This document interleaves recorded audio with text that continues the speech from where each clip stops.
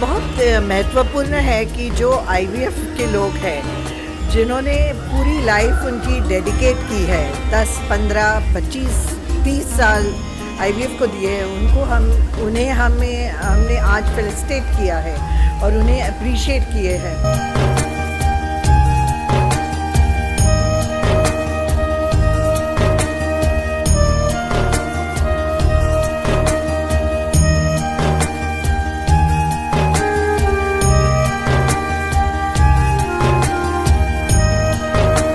और ये जो सेमिनार आज का था वो बहुत ही डिफ़िकल्ट सब्जेक्ट्स पे था।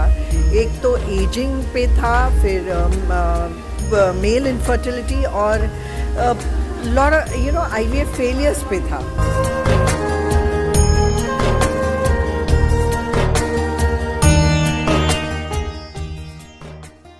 The patient will be running around saying that there are pus cells in the semen analysis report. I have taken a lot of antibiotics, they are still there, and you advise, me advise, our colleagues advise semen culture. How relevant is leukocytospermia and those cultures? And in the male urogenital system, many infections are there, whether it is protozoal, bacterial, viral, fungal, and they can lodge in the female genital tract, and then it can cause multiple recurrent implantation failures, and it can cause infertility, and it can cause molecular level defects in the sperm, and that can lead to infertility. So leukocytospermia is very important, and we don't have to give like doxycycline like that antibiotics, empirical antibiotics. We have to go for culture test, and then we have to prescribe antibiotics and treat accordingly. Dr. Monica Verma, do you agree with this? When we say leukocytospermia, that means we are talking of more than 1 million peroxidase positive cells. So that means either it's an inflammation or it's a infection. Now that infection could be viral, it could be bacterial. So we have to see the clinical aspect of it, whether the patient has any symptoms related to a lower genital tract infection, which is most of the time not there. So the guidelines say that whenever you have this, even if you get a culture, these bacteria, the organisms are not going to come in a routine aerobic, anaerobic culture. So the guidelines are very specific in saying that if there are no symptoms even, and if you don't get a culture but you have leukocytospermia, then you have to give doxycycline every 3rd day is what is recommended. And there is no need to repeat and see if the leukocytospermia has subsided or not. So that you use the word peroxidase positive. Your spermatogonias, your spermatids, all those immature cells which actually have been wrongly labeled as the WBCs. So if the round cells are more than 2 million count, then only you are supposed to see that it can be WBCs. And if you want to see the WBCs, again you have to stain the slide. So the patient generally would not have any symptoms. So doing and labeling it as a leukocytospermia, I would say, is a wrong again. And the semen culture role again is no proven role. So again the message to the house would be the semen culture again has no recently proven evidence to offer to your patients. Oh, yeah. And secondary sexual characters are well developed. History. Yeah. It is not only from patient, from his parents also. Okay. Childhood history.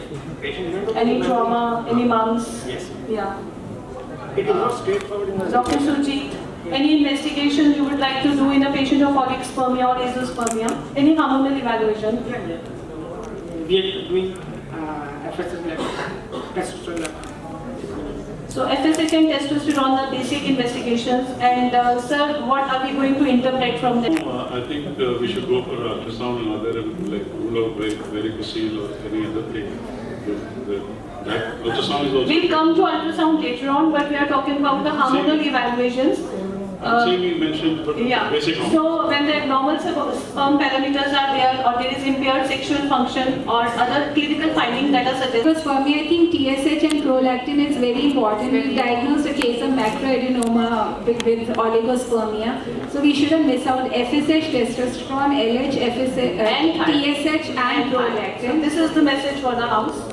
And then according to the history, whether it's hypogonadism or hypergonadotrophic hypogonadism, then further we proceed with what is to be done. Ultrasound they'll hesitate, but there and then the atrophy of the testis is there. And there and then there is no need No to see message for the ultrasound. So no ultrasound. No, there is no ultrasound. I'm saying physical examination. Yeah.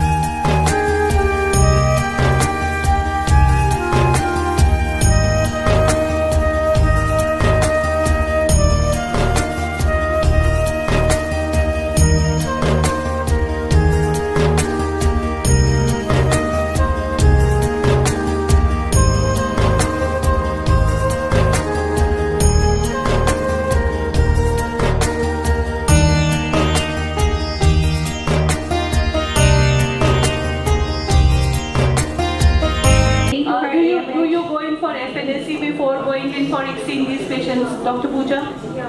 Diagnostic FNAC. Is it required, Dr. Yes, Malika? it is required. So that we can consult the patient. And fructose is not required, then it is not required, but I think it's a simple test. You do it, you're at peace. Yes, you have a diagnosis, but it is not required actually. It's not to be done for these parts unless you find some other kind of pathology in this. So ultrasound, no, ultrasound, no, ultrasound, no. This is what is to be taken unless you find any masses or something is going. Yeah. I think we are running. So ultrasound for abdomen for renal. Yeah, renal analysis has to be done. Yeah, that is always there. Yeah. Thank you so much, panelists. We are running short of time, but we are not running short of our questions. Thank you so much.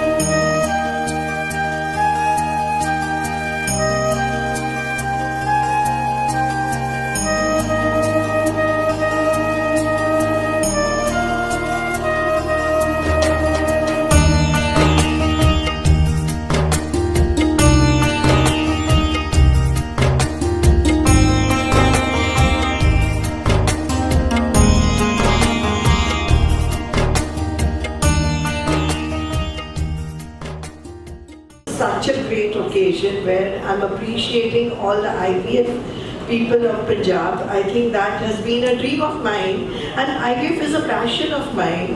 And to appreciate people who have been working in IVF for so many years is something really which I wanted to do from the bottom of my heart. And as a president of ISAR, I got this opportunity. So I'm really happy to do that. So, but of course I had to, deliver a small talk. And this talk is actually about aging unraveled. I got into this whole, when I became the president of ISAR, I got into this enigma of aging. And really got deeply into it. And I realized a lot of things which we are not even aware of. And I think as obstetricians also we need to be aware of. And the role of endocrinologists, reproductive endocrinologists, that is us IVF specialists, is actually expanding. And I think it's beautiful today the way we are able to help the women in different fields. So my talk is going to be about all that. Holistic health, but it's mainly focused on aging.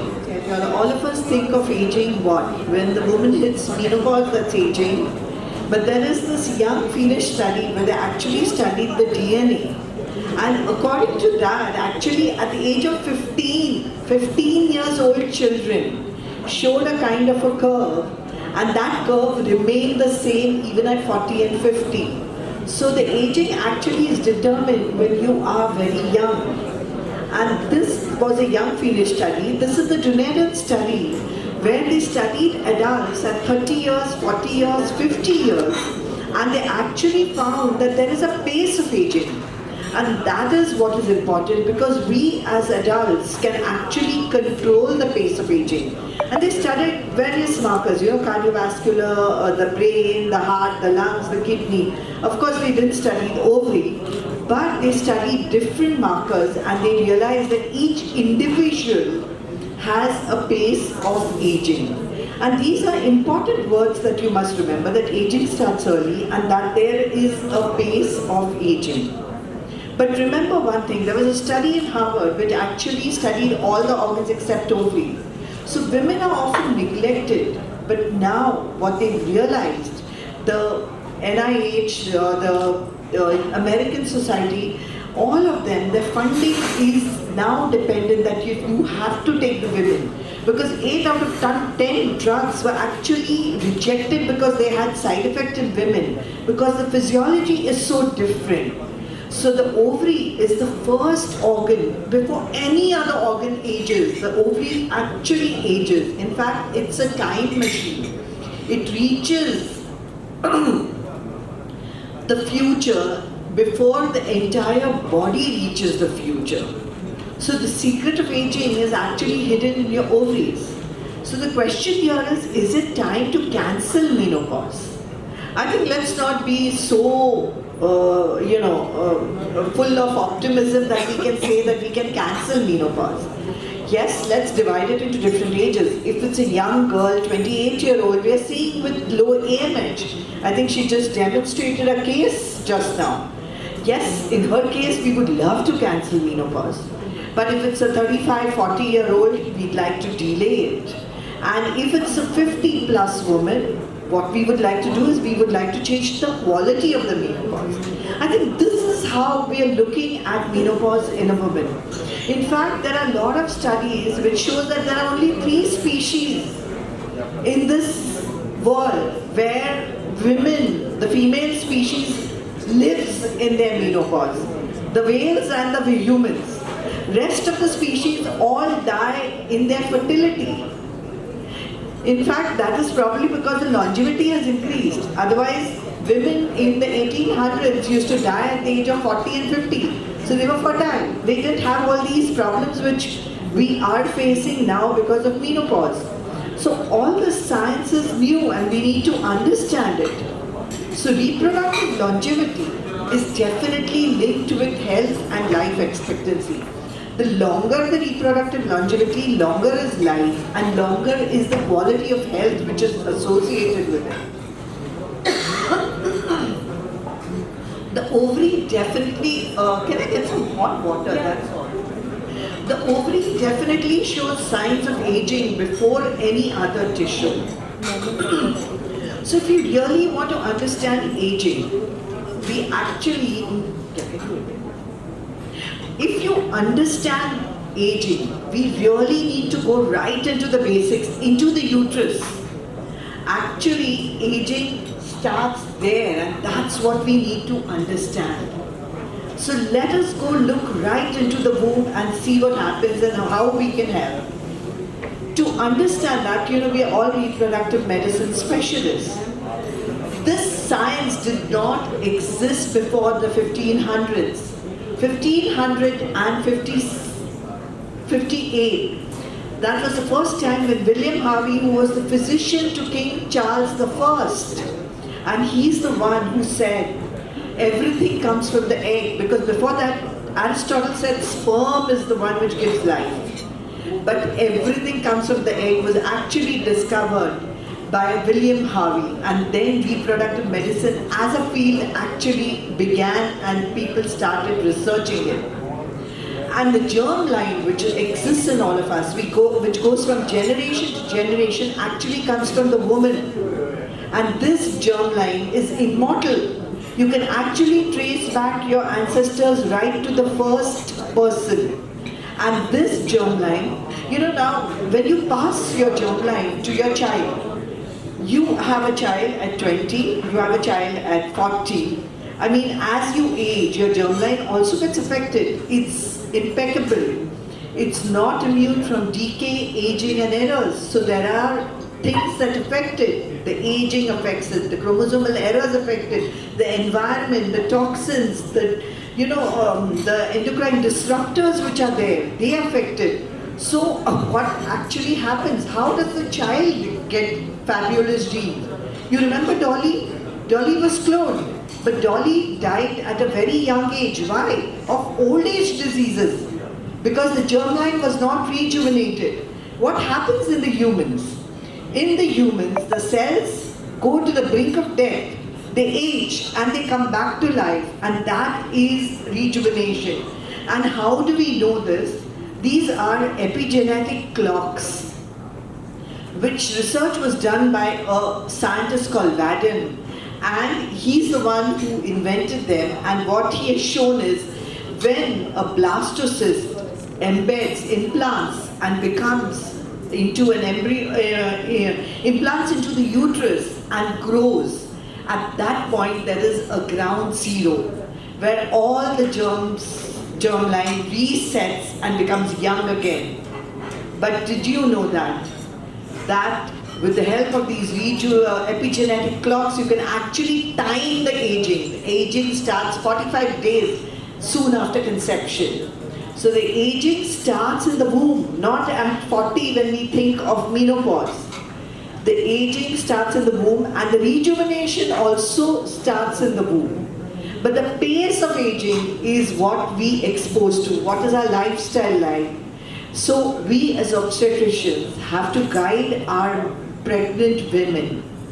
We have to tell them that if you want your child to be healthy, you have to take care during those 9 months, because that also determines the life of the child, the health of the child, and how we all know Barker's hypothesis.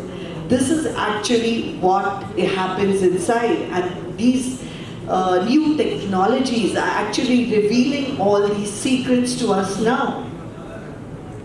So, aging starts as early as 45 days after conception. There's billions and billions of dollars being spent on research on aging, and these are the 9 hallmarks of aging. I'm not going to cover all of them because it's virtually impossible to do that. But yes, today in my talk I'm going to briefly touch on this: the DNA damage response, mitochondrial dysfunction, apoptosis or cell death, genomic instability, and telomere shortening.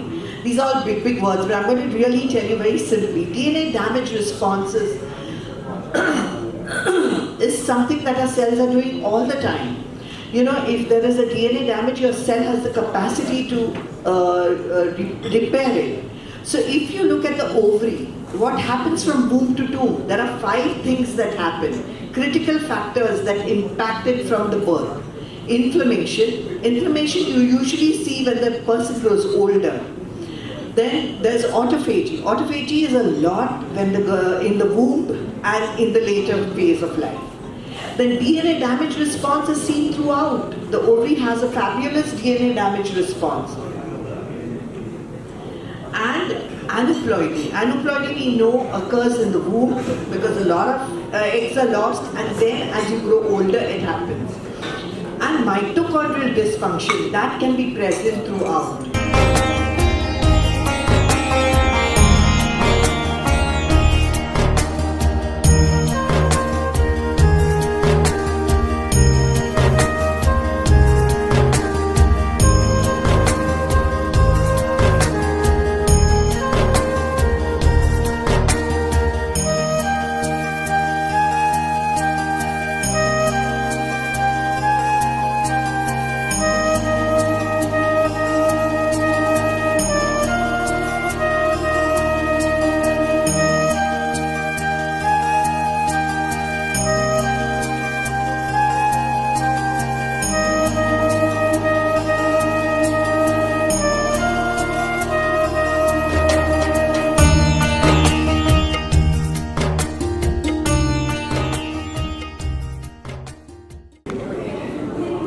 It's going to be very simple, and it's actually going to be a riddle solving it. So, nothing big, something to the basics. I'll just define it for you all. What is RIF? See, it would have been it would seem reasonable not to assign this diagnosis to a patient until she has failed at least 3 euploid embryo transfers or the equivalent number of unscreened embryos adjusted to her age.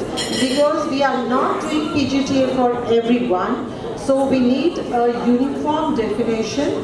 Okay, so this is how I just want each one of you to just go through the definition, because that's going to help you solve the riddle later on. So RIF describes the scenario in which the transfer of embryos, presumably viable, has failed to result in a positive pregnancy.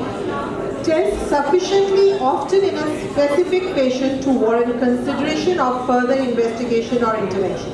So every word has a meaning, and we need to see which patients actually, by the various AI tools, have a pregnancy rate of say around 50%, 60%, but we could not achieve a pregnancy in these.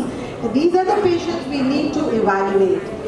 So various factors are affecting implantation: the vaginal microbe, the endometrial microbiome, the chronic endometritis, the lifestyle factors, your uterine factors, the embryo factors, the environmental factors, the immunological factors, and the genotypes. We're not going to discuss it all. It's not possible to discuss all in a short time today. Now, these are three pretty women of different age groups. Mia is 26-year-old, Helen is 32 years old, and Melina is 39. Mia has been trying for 1 year, tubal factors, 3 failed IVF attempts with 3 transfers. Helen, 32 years, trying for 2 years, male factor, 3 failed ICSI attempt with 3 transfers. Melina, 39 years, trying for less than 1 year, male factor, 3 failed ICSI attempts with 5 transfers. Okay? So each one by the AI tool has a chance per transfer. Mia has 26% chance of a pregnancy, which we could not achieve till now. Helen has 23% chance of pregnancy per transfer, we have not achieved. And Melina has around 14%. Now according to you, my esteemed panelists, which one has RIF and why? Implantation failure. But whenever we talk of this, we have to look at the age. If we are looking at less than 40, we have to take it with caution that we should place her as RIF. But all 3 have had 3 transfers by the definition. Yeah. So there is something else. No, we have not done PGT in any of them. Yeah, so around 39 years, yes, she does fall into that because otherwise 39 years, yeah. She wants to have not ruled out. Other than age, the failed ICSI also indicates. See deeply, there's something else. That's why I say it's a riddle of RIF today. The answer is there, but just 3. So when we are saying the attempts with 3? But we know, I didn't answer, it's Mia, but why? Because male factor male factor is there.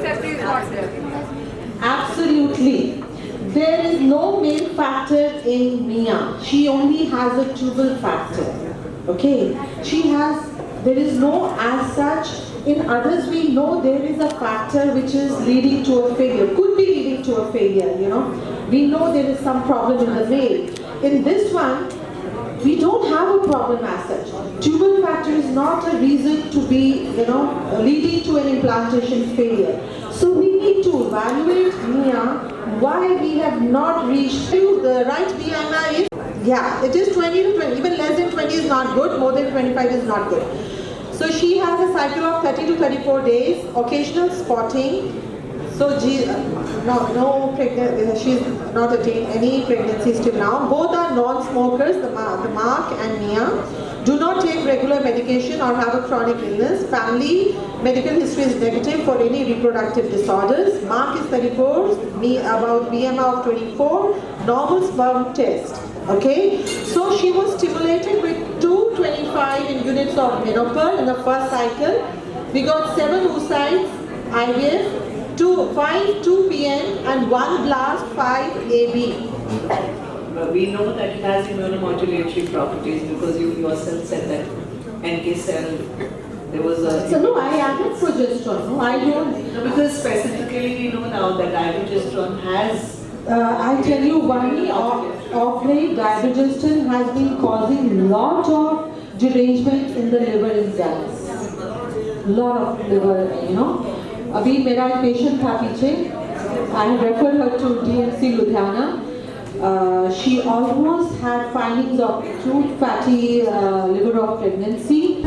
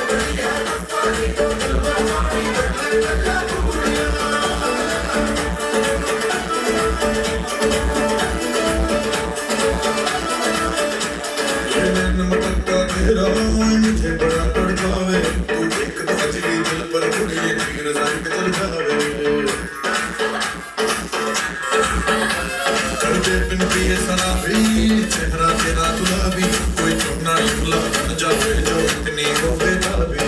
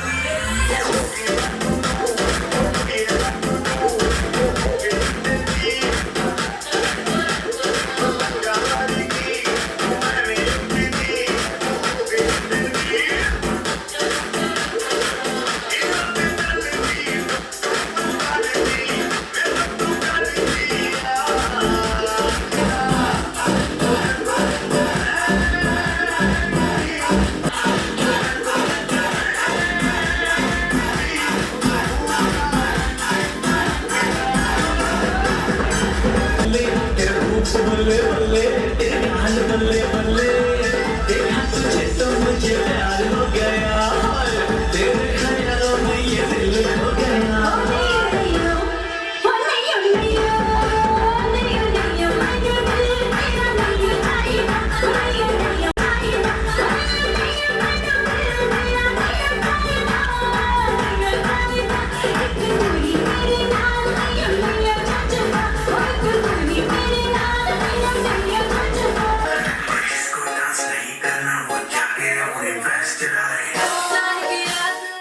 Doctor साहब आज का जो event रहा जिसमें वो Pioneer जो है IVF के आए हुए थे और आपने भी पूरा जो है एक ऐसे टॉपिक को छुआ आपने, क्या कहना चाहेंगे कि ऐसे सेमिनार ऐसी सीएमईज जो ये जलंधर वालों ने ऑर्गेनाइज की हैं ऐसी होनी चाहिए? जी आई थिंक ये बहुत महत्वपूर्ण है कि जो आईवीएफ के लोग हैं जिन्होंने पूरी लाइफ उनकी डेडिकेट की है 10, 15, 25, 30 साल आईवीएफ को दिए हैं, उन्हें हमने आज फेलिसिटेट किया है और उन्हें अप्रिशिएट किए हैं। और ये जो सेमिनार आज का था वो बहुत ही डिफ़िकल्ट सब्जेक्ट्स पे था। एक तो एजिंग पे था, फिर मेल इनफर्टिलिटी और आईवीएफ फेलियर्स पे था। जो एजिंग है वो तो बहुत ही डिफ़िकल्ट सब्जेक्ट है क्योंकि और बहुत इंटरेस्टिंग भी है क्योंकि काफ़ी हमारे आईवीएफ लाइन में हमें यंग लड़कियां मिलती है जिनके ओवरीज बहुत ही मतलब उनकी उम्र होती है 28 साल और ओवरी की उम्र होती है 40 साल। तो इसलिए हम कोशिश करते हैं कि उन्हें हम मदद कर सके और काफ़ी कुछ रिसर्च हो रहा है पूरे वर्ल्ड में जिससे हम ये साबित कर सकते हैं कि थोड़ी बहुत मदद हो सकती है। और आजकल की जो लाइफस्टाइल है, जो एनवायरनमेंट है, उसका भी असर होता है हमारी इनफर्टिलिटी पे। तो जब कोई भी पेशेंट आईवीएफ के लिए आता है तो उन्हें मैं 3 चीज़ें ज़रूर बताती हूँ कि आपका पोषण जो होता है वो बहुत ही वेल राउंडेड होना चाहिए, सब प्रकार के खाना it should be all rounded. फिर दूसरी चीज़ है एक्सरसाइज की, कोई भी फॉर्म का एक्सरसाइज होना ही चाहिए आपके लाइफ में। May be 30 minutes daily walk करना चाहिए या योगा करना चाहिए। और मेंटल हेल्थ मतलब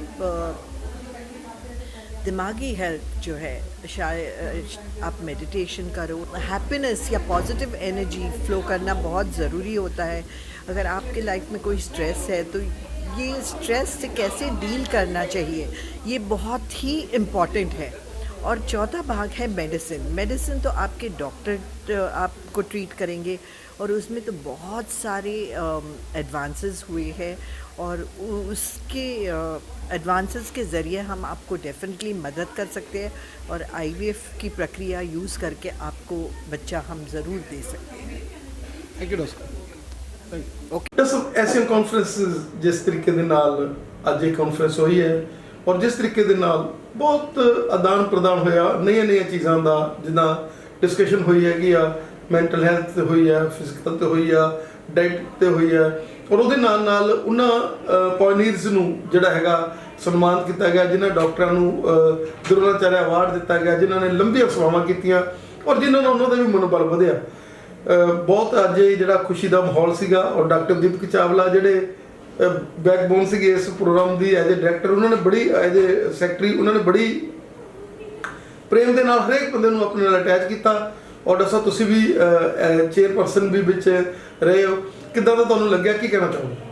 ਇਜ਼ਾਰ ਦੀ ਇਹ ਜਿਹੜੀ ਕੱਲ ਵਾਲੀ ਕਾਨਫਰੰਸ ਸੀਗੀ ਹੈ ਬਹੁਤ ਹੀ ਇਨਫੋਰਮੇਟਿਵ ਸੀਗੀ। ਜਿਹੜੇ ਵੀ ਡਾਕਟਰਸ ਇਨਵੋਲਵ ਸੀਗੇ ਦੇ ਆਰ ਰੀਅਲੀ ਬਹੁਤ ਹਾਰਡ ਵਰਕਿੰਗ ਡਾਕਟਰਸ ਹੈਗੇ ਨੇ ਜਲੰਧਰ ਦੇ ਵਿਦ ਗੁੱਡ ਰੈਪੂਟੇਸ਼ਨ। ਐਂਡ ਜਿਹੜੇ ਚੀਫ ਗੈਸਟ ਆਏ ਸੀ ਡਾਕਟਰ ਨੰਦਿਤਾ ਪਾਲਸ਼ਿਟਕਰ, ਮੈਂ ਇਹਨਾਂ ਨੂੰ ਕਾਫੀ ਦੇਰ ਤੋਂ, ਮੈਂ ਆਪਣੇ ਬੰਬੇ ਦੇ ਡੇਜ਼ ਤੋਂ ਜਾਣਦੀ ਹਾਂ ਡਾਕਟਰ ਨੂੰ ਔਰ ਮੈਂ ਬਕਾਇਦਾ ਕਾਫੀ ਦੇਰ ਤੱਕ like I have work with her ਤੇ ਇਹ ਕਲੋਜ਼ ਜਿਸ ਤਰ੍ਹਾਂ ਐਸੋਸੀਏਸ਼ਨ ਤੇ ਹੈ ਹੀ ਸੀਗਾ ਉਹਨਾਂ ਨਾਲ। ਬਾਕੀ ਕੱਲ ਦਾ ਜਿਹੜਾ ਹੈਗਾ ਕਿ ਉਹਨਾਂ ਨੇ ਜੋ ਏਜਿੰਗ ਦੇ ਬਾਰੇ ਗੱਲ ਕੀਤੀ, ਉਹਨਾਂ ਨੇ ਲਾਈਫ ਸਟਾਈਲ ਚੇਂਜਸ ਦੇ ਬਾਰੇ ਗੱਲ ਕੀਤੀ।